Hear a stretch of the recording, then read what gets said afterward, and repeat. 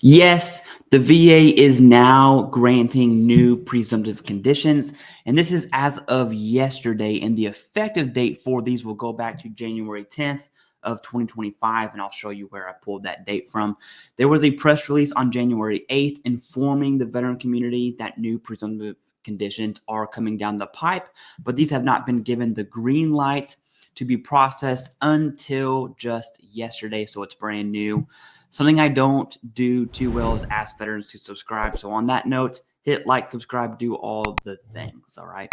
Anyways, I'm going to show you the 38 CFR reference and then the VA's press release. So starting with the 38 CFR reference, that is 3.320A, okay? And you'll see service connection for bladder, your reader, and the G canters. I'm just going to say G. So there are two things here that I really want to point out. One is the presumption of exposure. This part's key here. A covered veteran as defined there of this section shall be presumed to have been exposed to certain toxic substances, chemicals, and airborne hazards, including fine particulate matter during such service, unless there is affirmative evidence to establish that the veteran was not exposed to any such toxic substances, chemicals, and airborne hazards during that service. Then we see presumption of service connection. Except as provided in paragraph D of this section, the following diseases becoming manifest in a covered veteran as defined in paragraph C, and C's down here, we'll talk about what that looks like, of this section shall be considered to have been occurred in or aggravated during military or active military, naval, air, or space service. Space, funny. Notwithstanding that there is no record of evidence of such disease during the period of such service. And here we have the urinary bladder cancers and then the ureter cancers, okay? These G cancers are like your reproductive cancers. Covered veteran, this is C here. For this purpose of this section, the term covered veteran means any veteran who, then we have our time, location criteria. Time, on or after August 2nd, on or after September 11th. For August 2nd, we're looking at Southwest Asia AO or Somalia. Oh, and it also includes airspace or naval space, excuse me.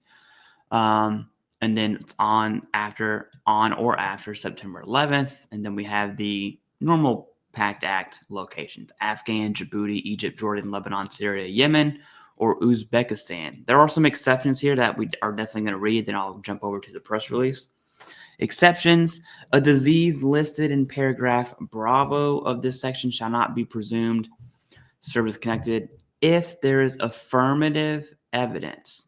Okay, so it's no longer presumptive if the disease was not incurred or aggravated during active military, naval, air, or space service, or the disease was caused by a supervening condition or event that occurred between the veteran's most recent departure from active military, naval, air, or space service and the onset of the disease, or the disease is a result of the veteran's own willful misconduct. So there you have it. These are effective as of January 10th. Where that date comes from, by the way, is here. I'm not going to go through this whole thing. It's absolutely monstrous. But long story short, there. Effective, final rule is effective January 10th, 2025. So there you have it. Now, this is the VA's press release here that we're going to cover. And this is, you're going to see Secretary Dennis McDonough. We know the VA Secretary is Doug Collins as of January, whenever he came in. But we can essentially just say January 20th. So today, this is January 8th, as in today. So January 8th, in a step that builds on the Biden-Harris administration's focus to fulfill the nation's sacred obligation to the nation's veterans, the Department of Veteran Affairs announced that it's making acute and chronic leukemias, multiple myelomas, that urinary bladder, ureter, and related G cancers presumptive for service connection for era veterans. I'm not going to go over this again. This step lowers the burden of proof for these veterans, meaning that they do not need to prove that their service caused their condition to receive benefits for it. Instead, VA automatically assumes service connection. That's the presumptive part for the condition and provides benefits accordingly. Additionally, when a veteran becomes service connected for a health condition, it gives them access to free health care for that condition. The presumptives for those cancers went into effect January 2nd, 2025, and the presumptives for acute and chronic leukemias. So I know it says January 2nd. I have it on good authority. Okay, that is actually January 10th being roped in with this date. Okay, if it is January 2nd, let me know if someone gets service connected for that. But I have some people on the inside that have let me know the news, which is January 10th. It's not actually January 2nd. Okay. But it's not going to affect back pay.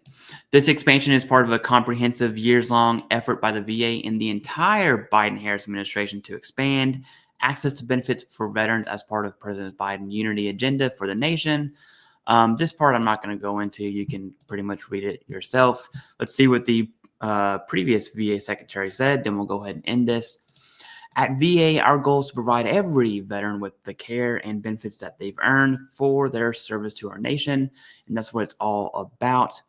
Adding these presumptives lowers the burden of proof for veterans to get the benefits they deserve for the conditions that followed them home from war. We encourage veterans with these conditions and all veterans to apply today for the benefits they deserve today. Okay. The last thing, well, I was going to end it, but I realized it said Southwest Asia Service. I just want to show you what that actually means. This is my favorite presumptive list to use from the VA here. Boom. All right, it goes over Vietnam era, prisoners of war, atomic veterans, Gulf War veterans. And at the very bottom, it says the Southwest Asia Theater of Operations refers to, let me zoom in here so everyone can see what I'm seeing. Iraq, Kuwait, Saudi, the neutral zone between Iraq and Saudi, Bahrain, Qatar, UAE, Oman, the Gulf of Aden, Gulf of Oman, the Persian Gulf, the Arabian Sea, the Red Sea, essentially Fifth Fleet, okay, and the airspace above these locations. So anytime you see Southwest Asia Theater of Operations, that's what it is referring to. Anyways, that's all I got. Let me know down, and I know these cancers are only going to affect a small portion of veterans. I get that.